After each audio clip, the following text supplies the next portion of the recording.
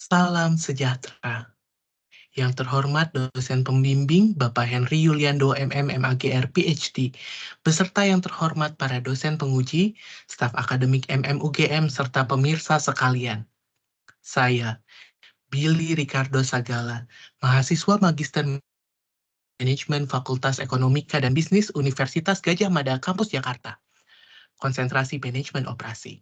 Hari ini akan mempresentasikan tesis saya yang berjudul Analisis Faktor Adopsi Agile pada Pengembangan Perangkat Lunak oleh Institusi Finansial di Indonesia.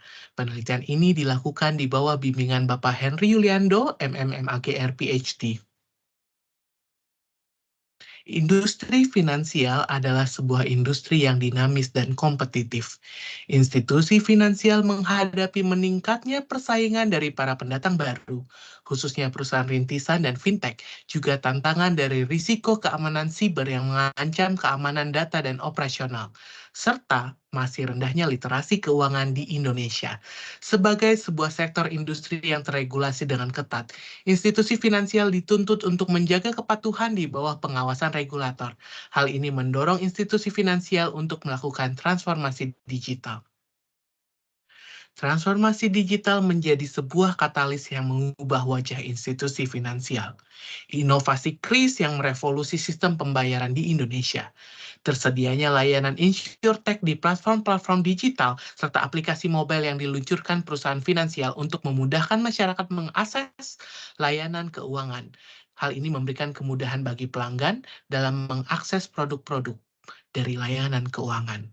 Otoritas Jasa Keuangan sebagai regulator institusi finansial telah mengeluarkan The Digital Finance Innovation Action Plan yang berfokus untuk mengembangkan ekosistem digital untuk mendukung terciptanya industri jasa keuangan yang kompetitif dan berkelanjutan. Untuk mendukung transformasi digital, diperlukan pemilihan way of working yang sesuai. Beberapa institusi finansial di Indonesia telah mengadopsi Agile dan menjadi contoh dari sukses story dalam meningkatkan optimasi struktur organisasi, kolaborasi, dan kreativitas untuk memberikan waktu rilis yang lebih cepat dalam mencapai tujuan bisnis. Agile dianggap sebagai sebuah katalis dalam mendorong kemajuan dan keberlanjutan. Sayangnya, penelitian mengenai adopsi Agile dalam konteks negara berkembang masih minim. Hal ini mengakibatkan kesenjangan pengetahuan tentang adopsi Agile di Indonesia.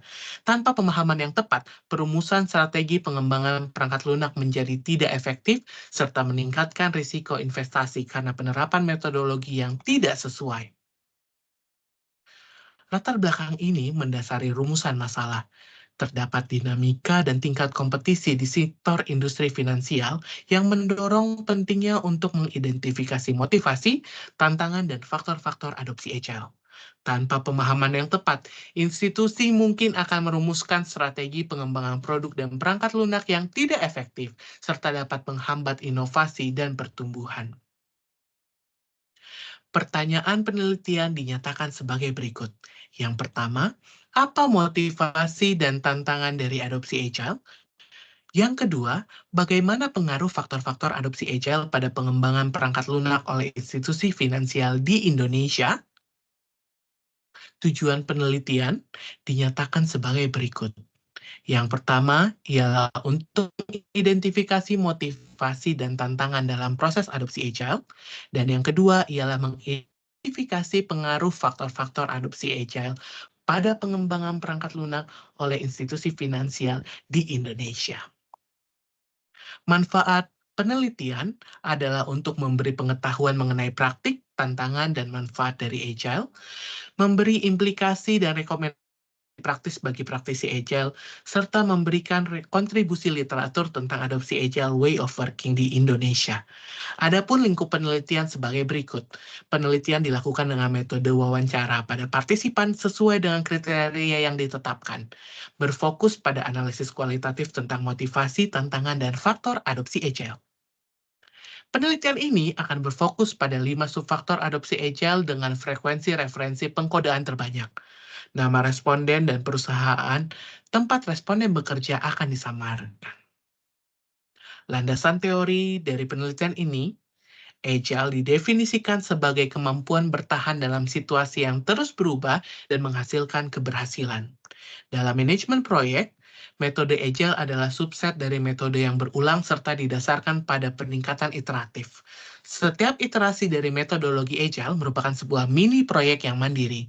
Dalam implementasinya pada pengembangan perangkat lunak, Agile didasari pada 4 manifesto Agile dan 12 prinsip-prinsip Agile yang menekankan kolaborasi, fleksibilitas, dan berpusat pada pelanggan. Adopsi Agile adalah sebuah proses terstruktur yang memandu organisasi untuk mengimplementasikan praktik-praktik Agile dengan efektif. Sebuah model adopsi pengembangan perangkat lunak Agile dikembangkan oleh Altuwaijri dan Ferrario pada tahun 2022, mengintegrasikan faktor-faktor adopsi Agile yang telah ditemukan pada penelitian-penelitian sebelumnya. Model ini mengelompokkan 12 subfaktor adopsi ke dalam 4 kelompok: organisasi, manusia, lingkungan, dan teknikal. Salah satu pendekatan dari analisis kualitatif adalah template analysis, merupakan salah satu pendekatan analisis tematik yang menekankan penggunaan kodaan hierarkis namun menyeimbangkan tingkat struktur yang relatif tinggi dalam proses data analisis tekstual yang fleksibel untuk disesuaikan dengan kebutuhan studi tertentu. Kerangka penelitian menggambarkan dinamika dan kompetisi di industri finansial, serta minimnya literatur mengenai adopsi Agile di Indonesia yang mendorong keperluan atas analisis faktor adopsi Agile untuk dapat memberikan masukan bagi praktisi pengembangan perangkat lunak dalam proses adopsi Agile. Desain penelitian dimulai dari identifikasi masalah, tinjauan pustaka, perancangan instrumen penelitian yang menghasilkan panduan wawancara. Selanjutnya dilakukan proses pengumpulan data melalui wawancara semi terstruktur yang dilakukan pada 23 praktisi Agile dari 15 institusi finansial sesuai dengan kriteria responden yang telah ditetapkan. Proses analisis data dilakukan dengan template analisis dan dirangkum dalam penyusunan kesimpulan dan saran. Template analisis merupakan metode analisis data yang dimulai dengan pendefinisian tema a priori, proses transkripsi dan pemahaman wawancara, serta pengembangan template secara iteratif untuk menghasilkan template akhir yang akan digunakan untuk interpretasi data. Dalam penelitian ini digunakan perangkat lunak yaitu NVivo 12. NVivo membantu proses organisasi data, pengkodean, serta proses iterasi pengembangan template dengan mudah dan fleksibel.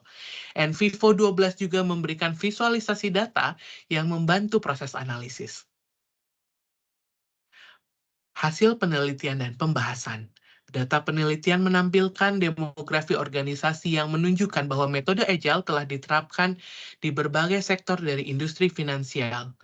53% dari 15 institusi finansial tempat responden bekerja telah menerapkan metodologi Agile lebih dari 5 tahun. Motivasi adopsi Agile terdiri atas 2 bagian. Yang pertama ialah peningkatan proses pengembangan perangkat lunak, yakni meningkatkan laju pengembangan untuk mempersingkat time to market, memberikan transparansi antara tim pengembangan dan stakeholder proyek, serta menerapkan sistem delivery yang terstruktur.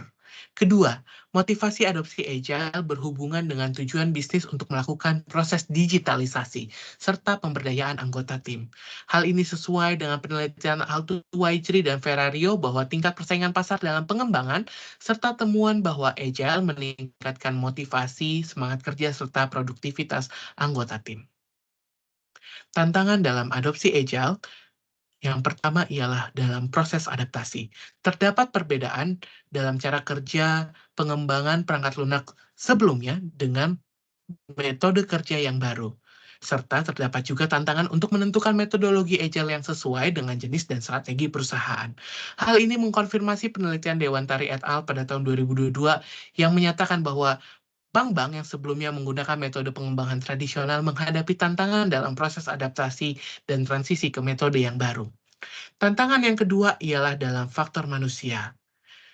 Kurangnya mindset untuk menerima perubahan, serta kurangnya pemahaman akan prinsip dan fundamental Agile menjadi 2 pokok tantangan yang dihadapi dari segi faktor manusia. Hal ini sesuai dengan penelitian Dweck serta penelitian dari Harvard yang menyatakan bahwa pola pikir yang terbuka diperlukan untuk mampu beradaptasi dalam lingkungan yang berubah dengan cepat. Sitambaram juga menambahkan bahwa pentingnya pemahaman akan metode Agile yang diterapkan oleh semua anggota tim dan stakeholder dalam proses adopsi Agile. Untuk menanggulangi tantangan, dilakukan proses edukasi bagi tim pengembangan dan stakeholders, serta ditetapkan Agile Governance untuk memandu proses adopsi serta mengarahkan tim pengembangan dalam memenuhi kebutuhan stakeholders. Luna et al. Tahun 2019 menyatakan bahwa Agile Governance adalah instrumen yang adaptif dalam menemukan cara untuk memaksimasi nilai bisnis dalam adopsi Agile. Selanjutnya, akan dibahas tentang faktor adopsi Agile. Perbandingan persentase pengkodean antar sektor dari institusi finansial menunjukkan hasil yang konsisten bahwa faktor organisasi dan faktor manusia mendominasi jumlah pengkodean. 5 subfaktor adopsi Agile dengan persentase pengkodean yang tertinggi juga berasal dari faktor organisasi dan juga faktor manusia. Yang pertama ialah dukungan manajemen, yang diperlukan untuk memberikan sponsorship, memberikan pendekatan top-down dalam proses implementasi di perusahaan, serta menciptakan psychological safety. Yang kedua, budaya organisasi yang menunjukkan pentingnya kesesuaian budaya organisasi dengan nilai dan prinsip Agile, keterbukaan dalam organisasi akan perubahan, serta perlunya dilakukan transformasi budaya pada organisasi yang budayanya belum sesuai dengan nilai-nilai Agile. Ketiga, keterlibatan pelanggan. Customer centricity merupakan salah satu fokus dalam adopsi Agile, sehingga umpan balik pelanggan akan menjadi dasar dari pengembangan perangkat lunak selanjutnya. Institusi yang mengadopsi Agile menggunakan peran dari tim customer experience untuk mewujudkan keterlibatan pelanggan. Keempat, kapabilitas tim secara teknikal serta pengalaman anggota tim akan Agile akan membantu proses adopsi Agile. Dan yang kelima, pembelajaran dan pelatihan yang dilakukan melalui berbagai metode, serta menyediakan sertifikasi bagi product owner, scrum master, dan technical lead. Juga mendorong anggota tim untuk melakukan pembelajaran yang mandiri secara keberlanjutan. Temuan-temuan ini mengkonfirmasi penelitian-penelitian sebelumnya tentang faktor-faktor adopsi Agile. Beberapa subfaktor adopsi Agile lainnya yang teridentifikasi dari institusi finansial di Indonesia adalah regulator, kehadiran katalisator yaitu Agile Coach dan Scrum Master, serta perencanaan adopsi.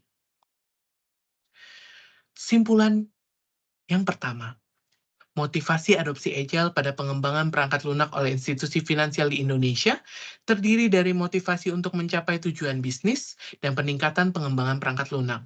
Tantangan terdapat dari proses adaptasi dan juga faktor manusia. Simpulan yang kedua, faktor-faktor adopsi Agile yang teridentifikasi berpengaruh pada pengembangan perangkat lunak oleh institusi finansial di Indonesia adalah faktor organisasi dengan subfaktor dukungan manajemen dan budaya organisasi, faktor manusia dan subfaktor keterlibatan pelanggan, kapabilitas tim, serta pembelajaran dan pelatihan. Subfaktor lainnya yang teridentifikasi adalah regulator, kehadiran katalisator, serta perencanaan adopsi. Saran bagi praktisi dan industri. Yang pertama ialah mengedukasi manajemen untuk memahami dan memberi dukungan sebagai sponsor dari adopsi Agile, serta melakukan pendekatan top-down dalam proses implementasi. Yang kedua, menilai kesesuaian budaya organisasi dengan nilai-nilai Agile, serta melakukan transformasi budaya yang paralel dengan transformasi Agile way of working bila diperlukan.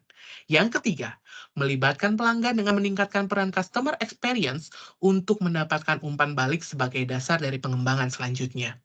Yang keempat, merekrut anggota tim yang telah memiliki pengalaman Agile di perusahaan sebelumnya, serta memiliki mindset yang terbuka untuk mempelajari teknologi baru. Yang kelima, merancang proses pembelajaran yang terintegrasi, serta memberikan sertifikasi Agile bagi anggota-anggota inti Agile. Saran untuk penelitian selanjutnya. Yang pertama, diperlukan penelitian lebih lanjut untuk meninjau kerangka kerja adopsi Agile oleh institusi finansial di Indonesia. Yang kedua, diperlukan penelitian untuk menganalisis faktor adopsi Agile di sektor industri lainnya di Indonesia. Dan yang ketiga, perlu dilakukan analisis kuantitatif untuk mengukur pengaruh faktor-faktor adopsi Agile di Indonesia. Sekian presentasi tesis yang saya bawakan. Semoga penelitian ini dapat bermanfaat bagi pengembangan ilmu dan praktik Agile di Indonesia. Terima kasih dan salam.